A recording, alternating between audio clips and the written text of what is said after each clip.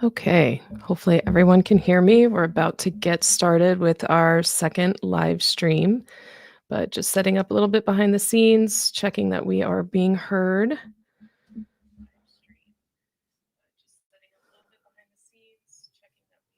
Yeah, looks good to me. All right. All right. So today's live stream is talking more about the book that just recently came out. It's been a really exciting past couple weeks. And we are going to meet the illustrator today, Erin Miller. And as we'll wait for a couple more people to filter on as we get started. But it's a real honor to have Erin here with us today. I see Erin nearly every day, but doesn't mean everybody else does. So I'm excited for you guys to get to see her artwork, her process, as well as getting to know a little bit more about what she has done with her own career. So, here we are. So, before we get started, I always love to start any kind of online class or live stream with some sort of question. So feel free to participate either if you're present now, even if you leave a comment and you're joining us from like a future time, that's fine too. And let me know in the comments if there's any type of place and space you would want to visit. This is something we talk about all the time in my class. Where would you want to go? And for me, I have very specific definition or destinations I would like to go to. For me, are Jupiter's moons. Even though I teach about space on here, I am actually a biology teacher and an earth science teacher as well. But most of my career, I have taught biology. So I'm very interested in microbial life, learning about bacteria and algae and all those things. And I do think what we're going to learn more about with Jupiter's moons in the future, we could find that kind of basic primitive microbial life. I'm also a geologist, so I'm very interested in Europa, which is the bottommost moon there that's yellow. There's over 400 volcanoes on that moon. And I just think it would be so cool to go and visit these very, very interesting moons. So, um, hi, people. Welcome. I see people are joining in, just saying hello to everybody. But feel free to leave something in the comments if that's not your thing. That's all good. But so let me know in the chat. Is there anywhere you would like to visit? I always think if we were to visit anywhere in space, it probably would look very different than what we could see from our perspective. Because always shifting your perspective is something that will change what you think about it. So, if you're just joining us, either in the present or you're watching later, welcome.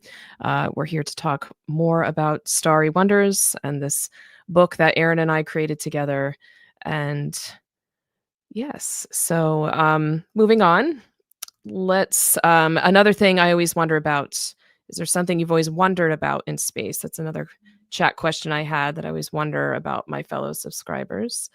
Um, like I see a comment. Why didn't I make a video on those two constellations? Because I'm working on it. I won't release a video until I know it's good to go. And those two constellations in particular are very difficult to find pictures of. That makes it difficult to teach about it. So it's a work in progress. Most of my attention in the past year has really gone to writing this book and editing it and consulting on the images that went into it. So I'll get there. Don't worry. I'm so excited to get back into more video making, but for now I want to do this hard work that both Erin and I have worked on justice. So we'll get there. Where does space end? Yes, space is infinite, but sometimes I think that's hard for us to even grasp what that means. I feel like after we start throwing, you know, talking about and contemplating larger and larger numbers, it's hard for us to really truly understand that. What's my five favorite constellations? Taurus, Orion, Scorpius. That's a pretty easy. What's the last two? Um, Cygnus. I like Cygnus a lot, and Lyra. Those because those are like if you know those, that can help you really find everything. Probably the Big and Little Dipper too, Ursa Major, Ursa Minor. So there's a lot that I really like, but I'll never forget the first time I saw Scorpius in its entirety in Hawaii when I moved there. I walked out into the tarmac and saw it. I was like, I never saw the whole constellation before because I could potentially see it from my house, but there's a big mountain in the way of the southern sky or in the southern direction. So I never saw it really growing up until I moved out there. Um, how do I find Virgo? I do have a video on Virgo. So maybe Abby. Abby is my moderator behind scenes. So maybe Abby can pull up a video to Virgo in my studio. But yeah, Virgo is one. Virgo is a constellation that it's easy to find, but not easy to see. It's one star, Spica, is very, very bright, but the rest of the constellation is the stars are faint. So I know where Virgo is. I can't say that I see it all the time, but I know it's there. It's just the star. If you live in any area with lots of light pollution, you're likely not going to see Virgo. Um, okay. Any other questions? Yeah, we have a little light pollution here. Yeah, I when I was living in Hawaii, there was very little light pollution, but now that I'm living in Pennsylvania, it's different. I have a lot of light pollution. So I have to travel, it's good to travel at least like 50 miles outside of city lights in order to have a dark sky, and that's hard for a lot of people to do. So, but anyway, if you have any other questions, you can leave them in the chat. As I present today, I will be not paying too much attention to the comments just so I can focus on telling our story today. But I will address questions towards the end. We'll kind of save the Q&A for at the end. But feel free to add questions as you go, and we'll answer those as we go. So one of the questions or one of the things I always wonder about is there other life out there? And this is something I just addressed with my class this past week. We do this project called Exoplanets Extravaganza, and we do this whole project on students examining exoplanets because there's over 5,800 of them that exist and more waiting to be confirmed. But a lot of people don't know what exoplanets are. Exoplanets are planets that are outside of our solar system, and we've found thousands of them. And this is a point of interest for me. Again, because I'm a biologist, I love learning about life along with learning about space, and I love learning about geology. Those are the three main subjects that I've taught in my career.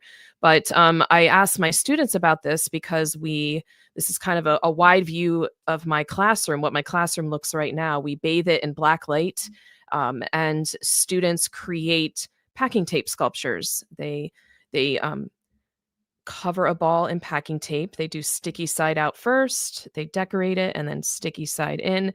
And then we give them certain requirements. Like they have we called it an exoplanet emporium that we created. And here's just an example of, if you look at the picture in the top right, students are decorating their exoplanet, and then they'll seal it up. We cut the sculpture off the ball, and then we hang them up. And then the students are visited by other students in the school, as well as faculty and administration. And they come and have to not present, but we call it a gallery walks. Other people will visit, and the students have to talk about their planets. They have to display it. They create a travel poster. And it's like a 2-week long project, and it does take a lot. And Erin, the illustrator that's here today, we work on this together. I could not do it alone, but it's a really fun project. It's a memorable one. And so when students come in the room, it gives you a really wow factor as well. And then this is the one that's always hanging in my room. It's a big sun ball, and we use it as a way to, like, I've got a string going around my room to represent the solstice and equinoxes, and this is at the center of my room. So students make their own by the end of the year, and we tell the students you should make your planet glow because atmospheres glow. That's how we can detect what's in an atmosphere of certain exoplanets. So this is a huge project that we do together. And another thing, if you look at the picture on the left here, this is another. Erin entertains my crazy science ideas. Like, I tell her I want to do things, and she comes up ways for me to do it. So This picture on the right is, or on the left, excuse me, is a model of a galaxy that we're creating. It'll be a 3D model, but we're using origami stars to layer the model on top of pixelated picture of a galaxy. And that picture of a galaxy comes from a Lego set that I built. I bought and built. It's the Milky Way galaxy. It was a lot of fun. It was my Christmas fun Christmas vacation thing. But so I wanted to do our own version of a model because I have students build models in my class. I feel like as a science students, you need them to build things to help them understand it, and talking about it, having them take notes is it's not enough for me. I want kids to build, and we build a lot in my class. Either it's Legos or models with clay or packing tape. But moving on, we also had a really great week when the book came out on May 13th. Our colleagues threw us a party during lunch. We had no idea this was happening, and it was excited to see. It was nice to see your colleagues being excited for you and things that you are doing. And outside of the classroom, like Erin and I talk about ideas, but what we talk about in the classroom is what we're doing, like in the class, but then we meet outside to talk about the books. That's a whole separate project that we worked on over the summer and into the fall. And then winter was all about editing. That was really my life. So it was great to be celebrated in a way, because she's an illustrator and I'm an author, and I'm so excited for you guys to meet her today.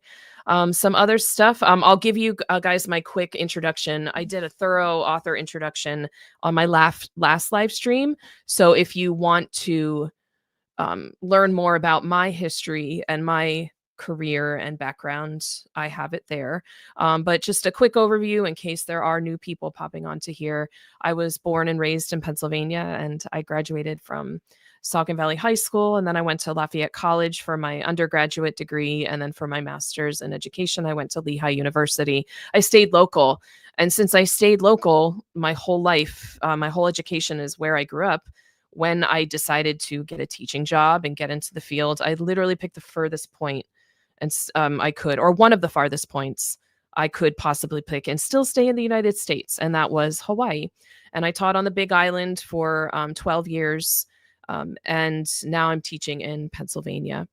So I taught in Kona, but I also flew around to Kauai and Oahu and Maui to meet my students there, because my school was on all islands, and I still miss teaching at Hawaii Technology Academy. I still stay in touch with my students as best I can, and with friends and family out there. So when I was out there, I did some research in the intertidal zone with my students. We would visit different tidal locations and survey the biology that was there, such as the invertebrates and algae.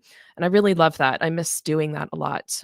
It was always fun to get students out of school. And then we also travel around the islands to visit cultural sites, as well as unique astronomy sites that are really unique to the Big Island. And this was a big accomplishment for me in my career, was to be able to fly students from other islands to the Big Island and have them visit and travel. And they got to meet the students that they were seeing online. They got to meet them in person. It was a fantastic experience. And many of them never saw snow before, because, it doesn't snow in Hawaii unless you're on top of a mountain. But I've explored the mountain myself, seeing the Mars and Moon Analog Station on Mauna Loa. And recently, since moving back into Pennsylvania, I've participated in research with a program called NIPE-TARP. Here's me and my students and my other teachers from around the country, and my sponsoring astronomer. And this was really informative for me in my career, because I learned how important collaboration is, and artwork and research and looking at data. Students need to look at data if they're going to be good science students. So where are we at? So I'm going to take a quick pause, look at some comments from your previous questions. I love seeing what your favorite constellations are for me. All right. So we're going to get into book inspiration, and then I'm going to invite Erin into our live stream. But, Erin is a big part of the book inspiration for this because, when I started the book Starry Wonders, exploring the 25 brightest stars in the night sky, it wasn't called that. In fact, I didn't really have a title for the book when I started. I just knew the topic was gonna be stargazing and how to stargaze, and as I was writing the book, I was, um, realizing I'm writing the book that I've read 1,000 times. I have a whole bookcase on, like, stargazing, stars, astronomy, and I know that's not even all the book. I don't have all the books in the world, but I have a lot of books on this topic, and I felt like I was writing the same thing, and as I started working with Erin in my career, she's an, art teacher at my school, we, and going through the process of learning about stars and making videos about them for my channel, I shifted the book. I wanted to focus on the 25 brightest stars, and for the reason being that almost everyone can see the 25 brightest stars no matter where you live, in the sense like whether you have a lot of light pollution or not, because they stand out. And most of these star systems aren't single individual star systems, they are multi-star systems, and I wanted to learn more about them. But I also had no idea how I was going to get pictures of these things, because for me it was like you can't get zoomed up pictures of these, so you have to have an illustrator. And then I started talking to Erin and I asked her, "Will you illustrate the book?" And she's like, "Sure." But then we didn't talk about it for months. And eventually I got the draft done and we started really collaborating last summer. And that's kind of what I wanted her to kind of go through and share with you her process, because um, I would show her what like this is what the system should be, but it was like little circles on pages, and that wasn't going to work for a professional published book. So um, at this point, Erin, I'm going to invite Erin into the room and gonna add her presentation. So give us just a moment, and if you guys have any other questions, feel free to ask them in the chat. We will reply to chat questions. Erin, I think I hear you. Are you there? I'm here. I'm here. You're not tired of seeing me? We're even meeting on No, you Saturdays. say such nice things about me. How could I be tired? No, thank you so much for saying all these great things. Hi, everyone. We Well, we got welcome. to work together for the past 2 weeks, and it's been great. So, It's been great. It was a really good event, right? The kids yeah, did yeah. awesome um with the project. It's just I think we're asking so many questions, we're giving so much feedback, and there's a lot of buy-in. The kids really enjoy this project. I think it's because 'cause they're building something, and it looks cool at the end, and They I are don't all know. in, and they want to come in and do extra stuff, and Yeah, it's like tiring, but they're good. it They is. like Like, it. the last period of the day, is, like, a period for kids to kinda move around to different classes and make work up, and my room was so full, and it was so loud, and we're building with packing tape, which is when you Which is have a lot of loud. students doing packing tape, it's loud, and there's, like, mess all over like, it doesn't look like a science room, it looks like an art room, which I love that, but it's like, "Oh my goodness, it's a lot," but Well, and I again, have to it's worth say, it. It's worth it. Janine is one of I have a pretty unique position. I'm very fortunate because a couple of years ago I was I was able to start transitioning out of like just teaching art classes. So I push into other art classrooms and talk about like the artistic process, like mostly creative thinking, and how important the process is over the product of making art. I think that the product of making art is really important, but the process of like how important observation skills are, and um, divergent thinking and coming up with ideas, especially in science, how important those skills are. So I work a lot with science teachers actually, and with math teachers, but a lot of the time I don't get to include the mess of it. And Janine has been very welcoming of the mess, and having that process be part of her science classroom. So it's kind of cool to be able to go in a science classroom and have it look like an art classroom. So What's the thing I love the most that should probably be banned because most teachers hate it, but glitter. glitter, Glitter. yes. You I love just glitter. love glitter, but I have to We had the first year, so this is year 3 of doing the exoplanet extravaganza. And the first year we used a lot of glitter and sand and other stuff, and it was like It's like, it didn't work with the packing tape, but it still was fun and I did love it. well, one of the things that I think is cool, and I'll talk a little bit about it later, about the science and art part, is making connections between things, and that's, I think, one of the creative thinking skills that I think is really important in science, is connecting things that other making connections between things that other people don't see. So connecting like materials to concepts is really important, I think. So connecting like packing tape sculpture is just a fun sculpture because it kind of defies what you think it should. It defies reality a little bit. Like, there usually people do it with like people, so they'll have like Spider-Man looking people hanging from the ceiling because it looks like packing tape shouldn't be able to be that strong or keep the shape of something. So the kids think it's magic when they do it, but it does make a lot of noise. But it looks super cool when you do it and the materials stick to it really well, but sometimes they don't with sand and glitter. But it's a cool project. It's just loud, a little It's messy. loud and messy, but a lot of I'm just always shocked, like, when the adults come in the room, do you They're like, how notice did you that do they're that? like, "Yeah, they're how did you do that?" And what is an exoplanet? I don't even know what that is. Yeah, a So, lot of people don't know a what it lot is. of I people didn't know just what it don't was. know, and it's, um I see future book for us, Erin, like, educating, Exoplanets. but they're so like, the thing is they're just every year I teach this lesson or we teach this lesson, it's different. Like the number that has been confirmed is different. So it's neat. The first year I was like, oh, there's 4,800. Or no, first it was 4,200. Then the next year it was 5,000, then 5,800. So each year we learn more. And I think that's important for students to see that data changes, science changes. That's why we do science and we should be skeptical, but there's also a lot of data and how to read that data. I usually we bring Webb into the mix, talk about James Webb Space Telescope and how they're looking at atmospheres and detecting the molecules that are in atmospheres. So I know I always think if I were to teach this high school level, I would start incorporating the spectrum into it, having them look at the light spectra. But usually when we're working together, there's so many ideas, right? Like I have to I can't do all the things. Even though I wanna do all the things, I cannot. Um, Limited time in the classroom, and you just because it's a lot of work, you have to limit it. But, Erin, before we continue, are you able to change the slides, I or am shall I do not. it? Okay, Can so you yeah, you I'm tell me sorry. when, and You then can just start. You control it. I'll just talk when you flip. okay. If you want to flip through, I'll just go when you tell me to. Okay, sounds good. So, would you like to talk a little bit about your Okay, background experience? so yeah, this I'll go through them pretty quickly. This is I'm my education. I went to Kutztown. I'm also from Pennsylvania. Lived here my whole life. I went to Kutztown University for my undergrad.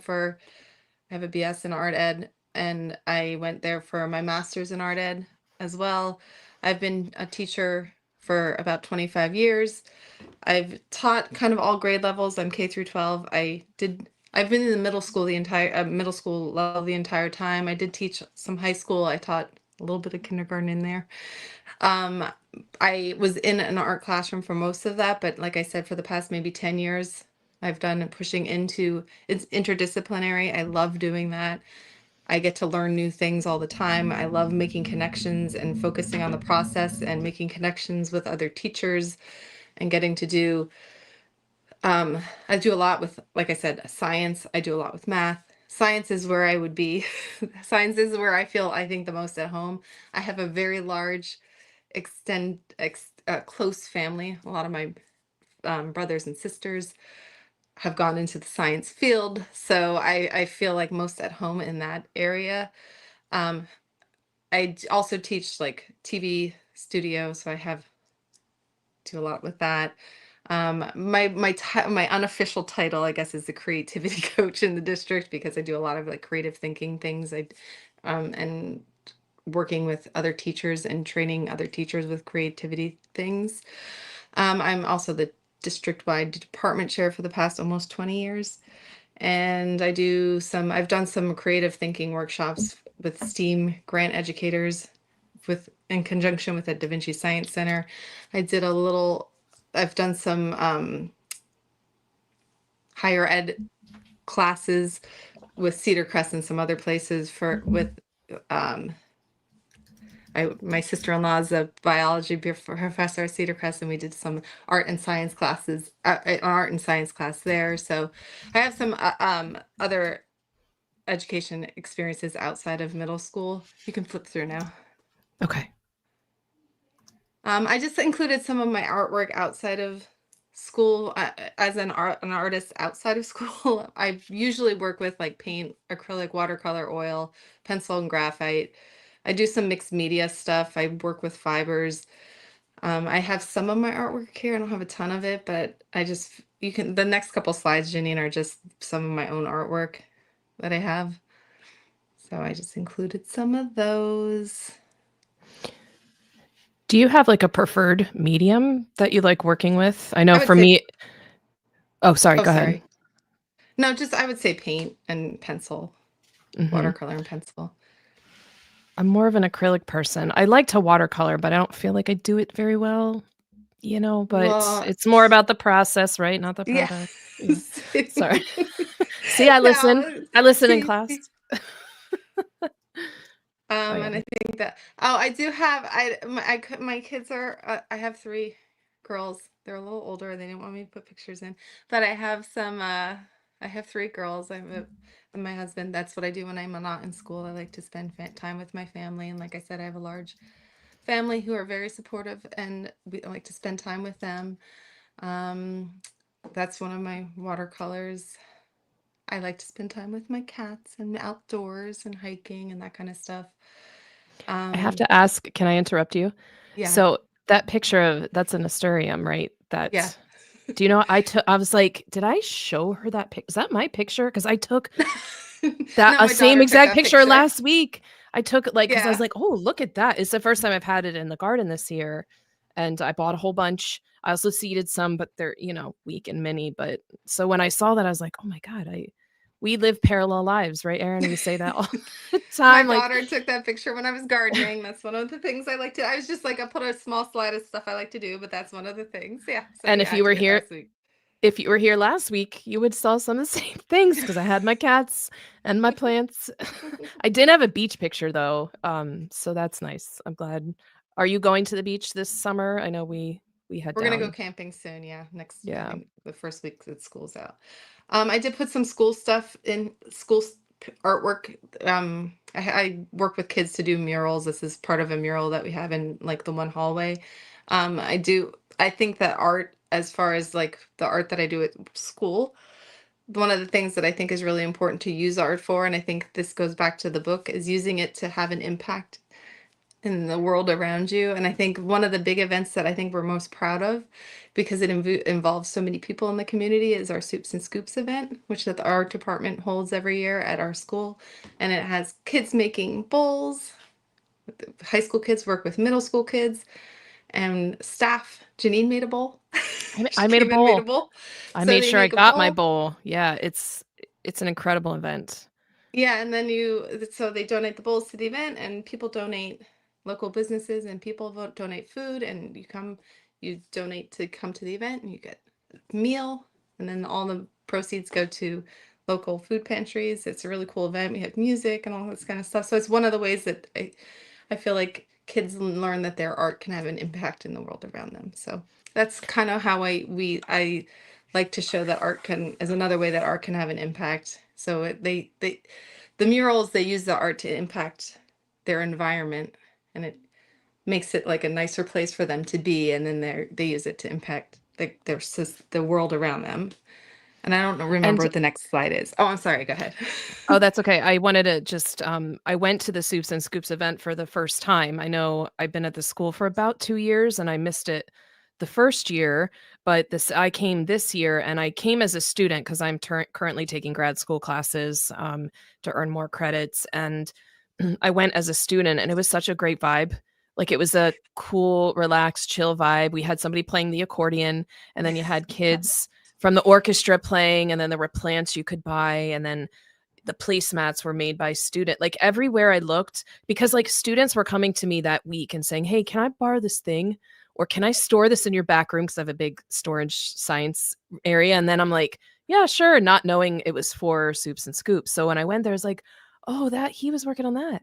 And he was working on that. So it was like, and to see from elementary, middle, and high school all collaborate to be a part of this, that's amazing. And the murals you have at school are amazing. We just asked our team is like, Erin, can you make a mural in our area of the building so it's not like white cement, brick that we're looking at, but gorgeous, gorgeous murals. So We'll take over the whole building. yes, we'll The take goal. over. That's the So goal. those are And some of there's the bowls. mhm. And did This you was want to talk about this one? Because I really liked this This project you was were another doing. interdisciplinary thing. These are like they had to take a song and they had to illustrate the song on these records. These were orchestra kids who painted them. So they're hanging out in like the orchestra area of the school. There's a whole bunch of them. But it's just like another time that I worked with another teacher to do a project. So I just put them in. I have a lot of them, but I didn't want to put all of them in. So I just thought that one looks cool. But then these slides are just about like the actual project process for the book, because it was kind of fun because the process is what I feel like I get to do at work, like at school. I used it for the book because I'm always talking about how you have to make connections and how you have to play to be able to do creative thinking. And I felt like that was what I got to do, and I don't get to do it in my own art very often. So that was kind of fun for the actual making of the book. I started off with like traditional media. So it was paper and watercolor, and I was just playing around with the watercolor and doing the paper. And, and then you got to I would show Janine everything kind of in steps along the way. And I actually think the one that I have in here is the one that's behind you Oh, on, I think I do think so. I think it is. Yeah, that one made it into my presentation last week because I was like, that is my favorite one because it's the star in my constellation. And I love that system. So yeah, I But did show that one last week. so some of it is that I would start off like that, just my process of doing it, and then like I don't know if anybody on here remembers old school projection sheets for overhead projectors. Like Teachers used to teach. transparencies, right? Yes, like That's what I called transparencies. them growing up. Yep. So teachers used to teach with overhead projectors, and that they were called acetate sheets or overhead projection sheets. And I had some of those, and I was like playing around with those. And that's I always talk about purposeful play as being a part of the creative process. Like you kind of have to play and let go of all the like fear of making a mistake. And that is kind of another part of the process that I used to kind of come up with how I was going to do this. So I haven't used a lot of technology in making art. I tend to go to the old school methods like paper and pencil and paint. So I was kind of playing around with using these old school techniques. So that what you're looking at in this slide is actually acrylic on acetate. That's why I took this picture, because it's like lifting up and showing the shadow. And then I would use this acetate and the acrylic and I would scan some of those images or take pictures of them and remove the background and then play with those images so that I could get the different layers of the paint to be able to put into the images. And then the last part of the process was that I had to make connections between some of the old media and the new media. So I did a lot of it digitally, but it was taking the old media and figuring out a way to scan it and play with it digitally while talking to Janine the entire time to make sure like that it was like looking at the way that she wanted to look, or getting the things that needed to be there scientifically to make it accurate. So that image actually is like me lighting up an old watercolor with an actual flashlight to be able to make it glow and see if that was going to give me the look that I wanted it to have. So I just included those because I thought they were like my I goofy process on there. I didn't I don't I'm sure you told me at some point you use light to light it up, but It I don't know, it just clicked again because you know why? Because it's like, well, scientists use light to study stars. That fits perfectly. So I really like that using different ways to analyze that. And like I did maybe at the end of this we could like download what I gave her to work off of, and then you'll see why I need to have an illustrator because it was literally just like it was off. It's just not Well, publishable, you know? and part of that actually might have been off of something that you said about using light to study it. That might have been how my brain Right. interpreted it and went to that. So I just thought it was like I was looking through all the notes in preparation for this of like how I came to this, and so I put that in. Yeah. Did you want me to go to the next slide? Sure, yeah. Okay. Um, so this one has like the actual acetate sheets as I started to put the painting on it. So one of the things that I always talk about too with the students is how you have to come up with like multiple versions of whatever you're doing. So I probably had like tons and tons of sheets of these for each of the constellations to see which version I was going to use or which one I was going to work on it as my final one. So I just put some of the iterations of like each constellation as I was painting them because then I would show you, Janine, how many Right. versions, and you'd be like, oh, I like this, or I like this part of this one, and then I pieced together what you liked. Do you remember which one was, like, the hardest because we had to use it so much? Do you Oh, remember the that? the Southern The Cross. Southern Cross, yeah, it was like, well, it's in there 3 times in the book, so we have to vary it up that many times. So I think it is good you do different versions. I know Scorpius was used twice. I think Orion was used twice. There's so you see multiple versions of the same constellations kinda in different perspectives, right? A little bit for Hmm. those? Yeah. And that was a little bit of a challenge, but I think it worked out, and what we didn't know at the time, we would just come back to later, right? Like, "I'm not sure how Right. to do this yet, we'll just come back later." Sometimes you don't know in the moment, and I think that goes with teaching too. Anytime you're teaching, you don't always you can plan it. It doesn't mean it's gonna come out the way you want, but eventually works out, you know? And then I think the last couple are just like what it was then starting to look like on the screen. Yeah, and I feel like I'd always say, "Wow, that looks good." You know, like, when it looks like it's glowing, I think that's on paper is a really cool thing. So is So it this was all kind of like the your steps. so can you talk about this here? Is this where you did different versions So and this is layered? like those were kind of like the steps. So like the one before, if you go back one again, Sure. those those were oh, I'm sorry, two one more. I have like the one all the way to the left is sort of like the backgrounds that then I would take and then I would build the stars and the constellations on top of it. So go back to the last one again.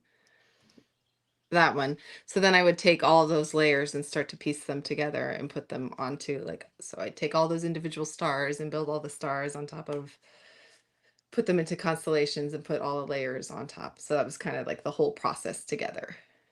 And it was so nice when I was working with you, like, I do want the constellations to look a specific way, and the challenge that I've gone through, I've been doing this channel on Learn the Sky for, like, nearly 10 years now, and one of the greatest challenges, like, why do the constellations look all these different ways, you know? Well, it depends on the lens in which you're looking at the constellation. If you're looking at it, through a mythology or through a specific culture, they're gonna have their own references. So for me, as a, amateur astronomer, I'm using what the International Astronomical Union patterns are. That's what I just use. That's my standard, but they can change and look different.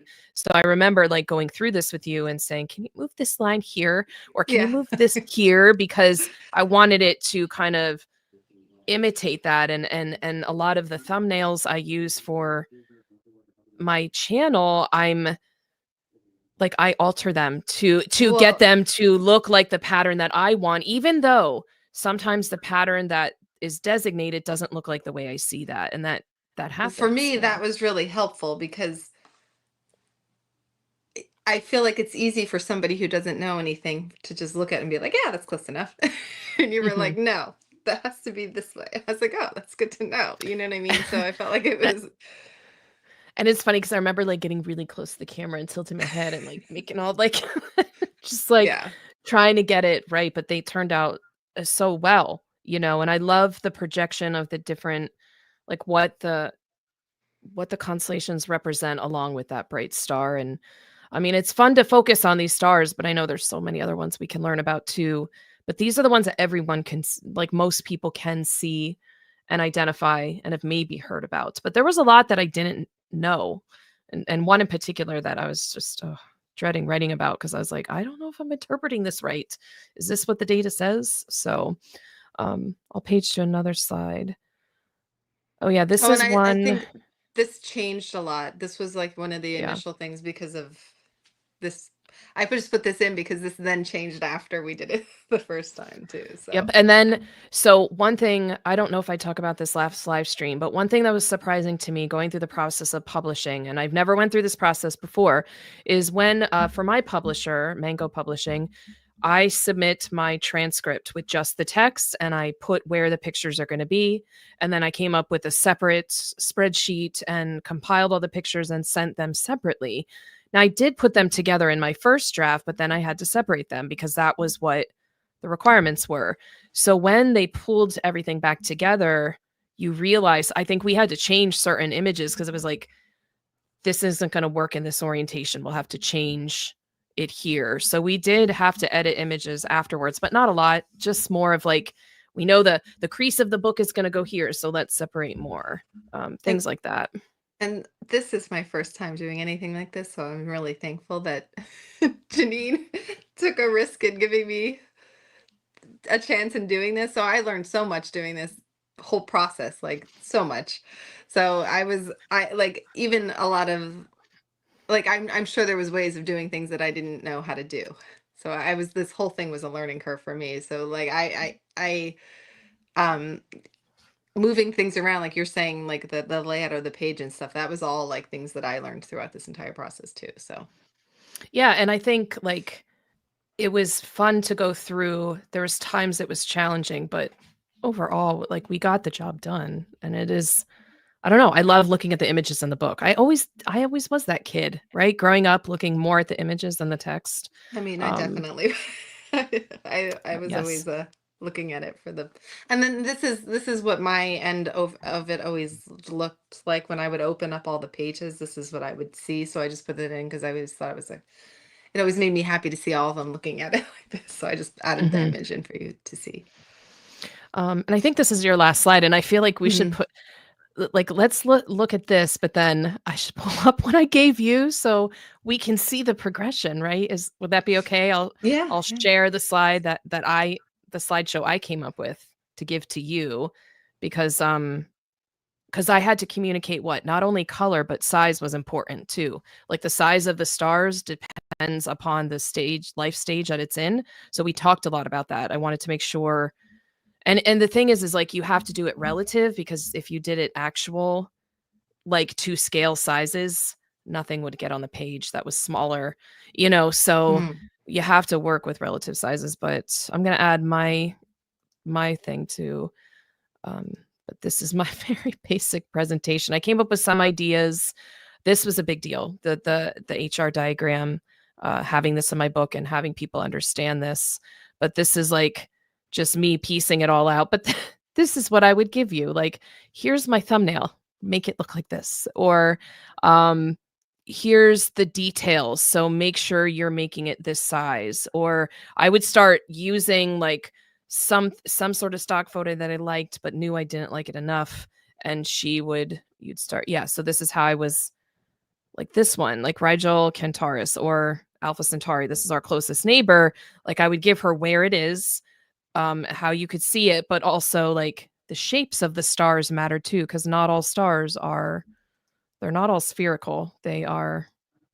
Some are oblong. So I would try to communicate that to her, but then she would come up with way better ideas. And the one you did for Vega, I was really happy with because you include the inner belt and the outer debris belts, and it's also squished kind of like an A because it's rotating so fast. So I'd give her details on the stars, but we would also meet to review over this. And um, I'd have multiple pictures about where it is, what it would look like, just whatever. Like these are the thoughts I would spew onto this slideshow, and then she would, make art out of it. And that's what happens every time I you know, work with you, Erin, is you take you take an idea and then make it a lot better than I ever could have. So I'm really glad that, I signed the contract to make this book before I met you, but everything changed halfway through writing it by meeting you, knowing like, oh, this is what I can do now that we've worked together. So I'm glad I get to like share that with everybody because it is a big deal. And you say thank you to me all the time. Thank you for giving me this opportunity. I'm like, thanks for putting my thoughts into images. Like, this is fantastic. And we get to share it with the world now. And I'm looking at our time. We're at 11:45, which is kind of like a good place to maybe look at some questions. I'm looking at the chat now. So one thing that came up was, are posters or stickers available? Because I would want one. So, Erin, do you want to talk about that, or do you want me to talk about that? You can talk about it, but I Oh, yeah. will be excited about it. Yeah, no, this is so I feel like now that we completed this project, we can talk about it, we can celebrate it, keep doing these kinds of things. We want to do more merchandise, for the channel. But I also think we're very interested too in like doing educational type work together, coloring books, workbooks about the book and other things. I think it would be yeah, stickers definitely. And also a possible logo redesign, because I did have somebody ask me on the channel recently, like, what does your logo mean? And just for the everybody out there, it's, Cassiopeia, which is the queen constellation, which many people can see, represents a woman in the sky, just as I'm a woman in this business. It has the Pleiades on it, but also a galaxy. And those are the things I teach about: constellations, celestial objects, bright stars. And, I just included my favorite things. But yeah, I think I'm just ready. I don't know. I've changed it's time. People, it's hard to see it, when you're putting it on a channel. So I'm excited. Should we tell them what we might incorporate into Yes. it? And Okay. yes, you can go ahead. Okay. A cat. There's going to be some sort of cat embedded within it, because we're both cat people. I feel like a lot of astronomy people are. I mean, I don't have data always to back that up. It's just my experience. But yeah, just working together and I'll put it out there to people in the chat. Like, what would you want to see artwork from the book or other stuff? Would you buy stickers of individual star systems? Like, what is it that you And would do you want to love see? stickers and bookmarks? Is that the thing? Because that's what we love. Stickers and and bags, right? Tote bags. I Tote love. bags. But yeah. All right. Well, thank you for that question. I'm looking at some other ones here. Also, what's my birth sign? My birth sign is, I'm a Taurus. What are you, Erin? I'm Aquarius. Aquarius. That one's visible in the fall. And not an easy one to find, but it is visible. And I think there is there no, there's not a star from Aquarius in this book, because you didn't draw Aquarius, right? Mm-mm. Sometimes I forget all the things that we do or talk about. So just like, we didn't do that one, right? But it'll be coming down the line at some point. That would be fun to do. Yeah. Another question. What's your opinion on constellations like Ophiuchus or Centaurus?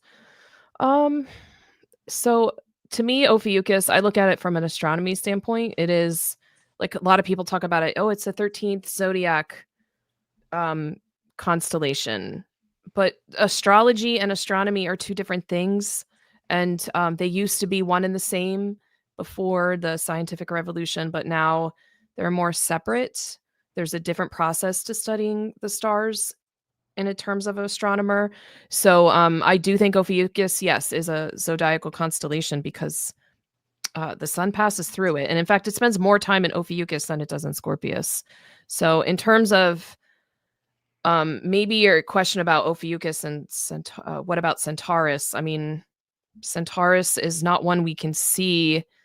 I can't see it from where I'm living, but I have seen it in the Southern Hemisphere constellation. In fact, I was looking at it for a long time and didn't know what it was, but sometimes you don't know what everything is until you connect the dots. But yeah, that's a good question. Looking at some other questions here. If you guys have any other questions, please feel free to put them in the chat. And I appreciate, Marie pointed at one of the comments, says it's that art is very important. Where was that comment? And Erin, I don't think you can see the comments from your side. No, yes, that's why I'm I just can't. trying to read them out for you. But oh, somebody said posters would be fun as well. I think if we were to do a poster, let me I'm going to add this to Oh the wait, no, I stage. can't do that. Maybe. This is the one I would really like to make a poster out of, the HR diagram. If I think we were to rework this, maybe just take the names off of the 25 brightest stars and just have it as the HR diagram, maybe put that label on there somewhere.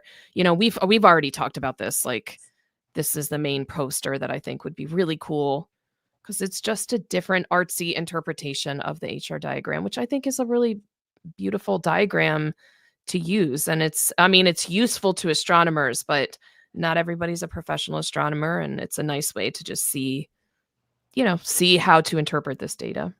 Ooh, flashcards for kids.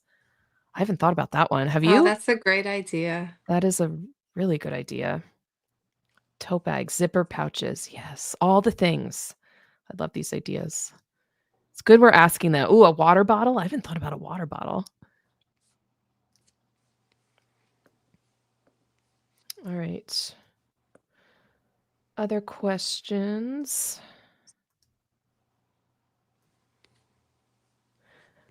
What constellation do you see most in your country? Changes every season, right? But I would say the main ones, Orion can always be seen, and then Ursa Major. To me, I try to come across on my channel that those two are like the most important constellations you need to know, because if you can find those, you can find everything else. You use them as a guide to point you out to other constellations. So Orion and Ursa Major to me are the most important ones you need to know, and they can be seen. But some of the challenges I feel like with my channel as I teach this stuff is being able to teach the Southern Hemisphere constellations, because it's not something I see. Like, I saw a lot of them when I lived in Hawaii, but I didn't know them. And I feel like if I'm going to learn them, I need to live there for some time. And maybe that's the 5-10 year goal, is being able to spend some real time in the Southern Hemisphere so I can start to learn what it looks like all throughout the year. But I don't know if I could learn it in a year. It took me like 10 years in Hawaii to really know everything else. And the problem there was like not light pollution, but star pollution. Like, there's so many stars, it's hard to even see the constellations. And I don't think a lot of people know what that is like. Um, Erin, have you had an experience where you like see so many stars it is hard to point out patterns? Yes. Yes. Well, actually, when I was in Hawaii. Yeah. And you did visit the Big Island, Yeah, correct? yeah, Yeah. It's magical, isn't it? it really was. I always get that question. How could you leave? It was just time. There's so many reasons. And part of it was just family. I wanted to be closer to family and, spend more time with them instead of working all the hours that I did. But I really did love my time out there. And we have plans to be visiting this summer. It'll be the first time I've gone back since we moved. So I'm looking forward to that. Magnets, somebody else, people are interested in merchandise. I love it. So we Yay. have to like jot all these down because I haven't thought of all these different things. And magnets would be cool. They would be. Yes. All right. Just looking to see if there's any other questions. Are we going to do more of these live streams? They're fun mix of socializing and learning. We're naturals. That's great. They called us naturals. Yes, I hope so. I was in the private chat with my moderator. I was like, it's easier with or with two people. I was like saying that because 2 weeks ago when I did the one alone, I was talking like lightning speed because I was nervous. I was so nervous, but I feel better with another person here. So It's always I do think easier. we got to have guests on. Listen, that's why I love teaching with more than one person, because it's just, I feel like it's much easier to be able to make all these different kinds of connections when you have another person, because you can't come up Yeah. with all the ideas by yourself. I think it's always better Mhm. to collaborate. And I feel like it's not all for teachers though. Like, some teachers want to have their Oh own no, classroom, yeah, but like yeah. for me, my student teaching, I had to work in this classroom where they had 56 middle school kids in one classroom. And they had two co-teachers, and it was three student teachers.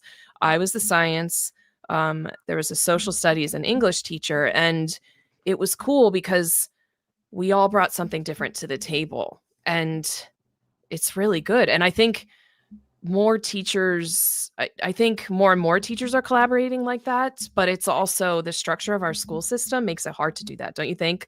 Like I it think, yeah. But I think if we can, I think everybody always brings something different. So it's always cool when you can when you get to be able to do it. yes. And I think I get you into my class at least 4 times. I think it was only 3 times this year, but at least 4, right? Yeah, I think so. Yeah, Because you were in usually. the beginning of the year. I'm trying to think, you were in for a second project. Oh, I remember another painting one. But yeah, I feel like this year I didn't do as much project stuff, but new curriculum. That's I get to blame it on that. But will we be doing a book signing? We are working on that. We're saving that for the summer. Once we move on from the school year, correct? Yeah. Um, Reaching out, yes, to do other book signings. I'm in contact with some bookstores to do that, just to mostly do it locally. I haven't really researched it going outside of our kind of local area, but that is something we could do. Luckily, my sister Marie is like, she is a bookworm if I ever met one. More excited about books than anyone I know, and my daughter is following suit, which is awesome. But I think she's helping me through this and talking, like, what could I do? Because she does this. She goes to New York all the time and does book signings, and it's cool. She takes my kids with her, and but I just feel it's a new world for me. So yes, this short answer, I gave you a long answer to a very short question, but yeah, agree to book signing. Keychains. We're still getting more merchandise. Advice. I love it. I love it. Well, I am looking at our time. I did want to kind of keep this to an hour, but if you have any other questions, you can always leave them in the chat. We do see them, or I see them, and I can share it with Erin. But I do try to monitor my comments as much as possible and answer questions when I can. But Firefly in Kutztown. Do you know Firefly? I do, yeah. You do. I Did you go there talk a to lot. me? I feel like you told me about that one. Yeah. Yeah, it's a cool store. Hmm. That one's a cool I one. was thinking the Barnes and Nobles would be a really cool one. And Erin took picture. Can I tell about that story real quick? How you went to pick up your book? How you went to pick up your book and like wanted to take a picture but not take a picture, but then your family's like, take a picture, and you got yourself buying your book, I right? did. I did. I Yeah. sure did. I I love it. I love it. I Uh, admit I did go to Barnes and Nobles to look for it to see if it would be there, but no, I think you do have to order it. And yeah, um you do. Yeah. yeah. But the But then End you in have to Allentown, local libraries, yes. All these things would be great. But well, Erin, I just want to say thank you so much for coming today and showing us your process. And I can't thank you enough for Well, thank you. being able to take what is in my brain and somehow make it visible and understandable. And that's the point of this book, right? Is um I feel like I want to make things simple when I teach things, both on the channel and the book, and providing visuals is really important. So trying to get people who may not understand astronomy or think it's hard to buy into it a little bit and realize it's not that hard. We just got to start with the basics. And that's what a lot of this book goes over is, stargazing and um, as well as um, the life of a star and the 25 brightest stars. I think also there's a whole section too of like unique stars and star clusters. So some of the most more common things you could see. So I'm just going to fast forward to my last slide here. The next time I'll be on live stream, I will talk more about how to find the 25 brightest stars, as well as focusing on ones that you can see this particular season, like in the spring season, as well as moving into the summer. I'll focus more on what those systems are like and teach you a little bit about some of the content that's in the book. So we're gonna say goodbye. It's time. But Erin, thank you so much for All being right. here, Thank joining us you. today. Thank And you. Thank you, everybody. yep, thank you everybody. And if you're visiting us from from future times, thank you for watching. And we'll see you in about 2 weeks for the next live stream. All right. Bye, everyone. Bye. Bye.